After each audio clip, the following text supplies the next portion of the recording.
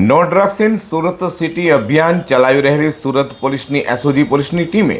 અલથાણ વિસ્તારમાં ભગવાન Mahavir college road પરથી મોપેડ બર્ગમેન સાથે વરિયાળી બજારના યુવાનને એમડી ડ્રગ્સ સાથે ઝડપી પાડ્યો હતો। સુરત પોલીસ કમિશનર અનુપમસિંહ ગેહલોત દ્વારા શહેરમાંથી નાર્કોટિક્સની બદીને સંપૂર્ણ નેસ્ત નાબૂદ કરવા માટે તથા અન્ય રાજ્યોમાંથી ચોરી છુપીથી નાર્કોટિક્સ ડ્રગ્સ લાવી સુરતમાં ઘુસાડી યુવાધનને નશાના અંધકારમાં ધકેલવાની પ્રવૃત્તિ કરતા ઇસમો પર વોચ રાખવાને કડક કાર્યવાહી કરવા માટે આપેલી સૂચના લઈને સુરત એસઓજી એટલે કે સ્પેશિયલ ઓપરેશન ગ્રુપના ડીસીપી રાજદીપસિંહ નકુમના માર્ગદર્શન હેઠળ પોલીસ ઇન્સ્પેક્ટરોની ટીમ પેટ્રોલિંગમાં હતી। ત્યારે પીઆઈટીબી પંડ્યાની ટીમના પીએસઆઈ ડીસી વાઘેલાને મળેલી બાતમીના આધારે એસઓજીની ટીમે અલથાણ પોલીસ મથકની હદમાં આવેલા વેસુ ભગવાન મહાવીર કોલેજ રોડ મહાવીર ચોકડી પાસે સંગીની ઈ વોક બિલ્ડિંગ સામેથી વરિયાળી બજાર દાસ્તીપુરા ખાતે રહેતા રિક્ષા ડ્રાઈવર જાફર નઝીર અહેમદ અંસારીને ઝડપી પાડ્યો હતો।